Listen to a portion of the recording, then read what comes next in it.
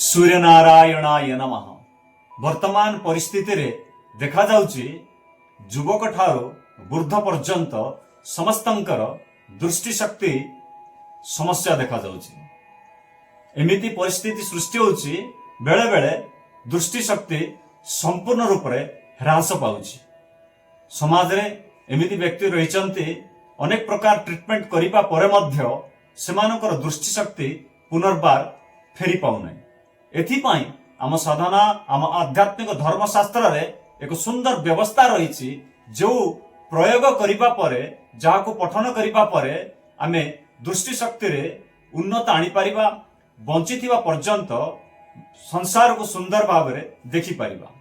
एही सनातन धर्म रे चाक्षुष उपनिषद बा श्री चाक्षुष विद्या एक प्रयोग रही जहाँकि आपण मान सम्मुख में पठन करी ताकू जदि आपण माने नित्य पठन करिवे एवं जीवन रे व्यवहार करिवे आपण मानकर दृष्टि जनित समस्या रहिबो नाही। ता केमिति प्रयोग करिवे ना एक तंबार थाळीटे नेबे एवं सेही थाळी रे पूर्वरु सूर्यार्घ्य करिथिबे एवं कुश साहाय्य रे जो मंत्र मु पठन करिबी सेही मंत्र को आपण मध्य पठन करी एमिति अभिमंत्रित कराइबे एवं जेतेबेले एही विद्यार पठन शेष हब सेही जल को निज चक्षु रे आपण माने लगेबे। या प्रतिदिन करिबा द्वारा आपण मानकर दृष्टि शक्ति अत्यंत सुंदर हबो बा आपण चिरदिन पई दृष्टि शक्ति बजाय रखिबे, दृष्टि शक्ति ह्रास पाइबो नै जहा हम धर्म कहूची आम उपनिषद कहूची। तेबे आमे सुनिबा सेही चाक्षुषी विद्या तार मंत्र गुड़िक।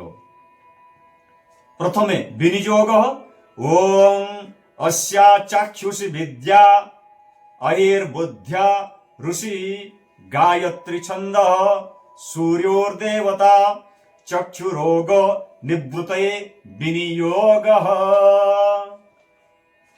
ओम चक्षुः चक्षुः चक्षुः तेजस्तिरोद्भवः मां पाहि पाहि त्वरितं चक्षुरोगानां समय समय मम जात रूपम तेजम दर्शय दर्शय यथा अहम अंधो न स्तां तथा कल्पय कल्पय करुणां कुरु कुरु यानि मम पूर्वजन्मार्जितानि चक्षुः प्रतिरोधो कदृष्टि कृत्यानि सर्वाणि निर्मूलय निर्मूलय।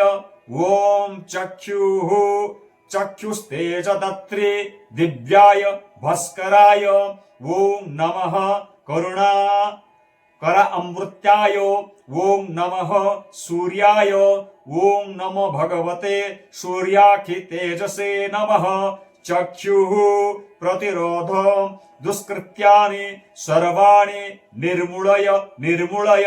ओम नमः चक्षुस्तेजदात्री दिव्याय भास्कराय ओम नमः करुणा कराय अमृत्याय नमः सूर्याय ओम नमः भगवते सूर्याखित तेजसे नमः खेचराय नमः महते नमः रजसे नमः तमसे नमः असतोमां सद्गमय तमसा मां ज्योतिर्गमय मृत्युर्मां अमृतोर्गमय।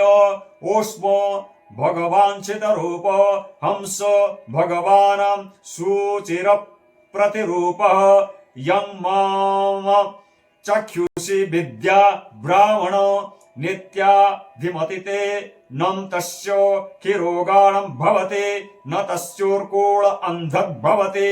अष्टो ब्राह्मणं सम्यक् गृहीत्वा विद्या सिद्धिर्भवति। ओम नमो भगवते आदित्याय ओहवाहिनी ओहवाहिनी स्वाहा। श्री कृष्ण चतुर्वेदीय चक्षुषी विद्या संपूर्ण। एही मंत्र को आपण निरंतर पठन करी जल को जदि आपण मानकर चक्षुरे जदि लगेबे ताले निश्चित भाव रे आपण मानकर चक्षु दृष्टि मृत्यु पर्यंत केतेबेले मध्य नष्ट हेबो नाही। आहाको प्रयोग करिबा पई निवेदन।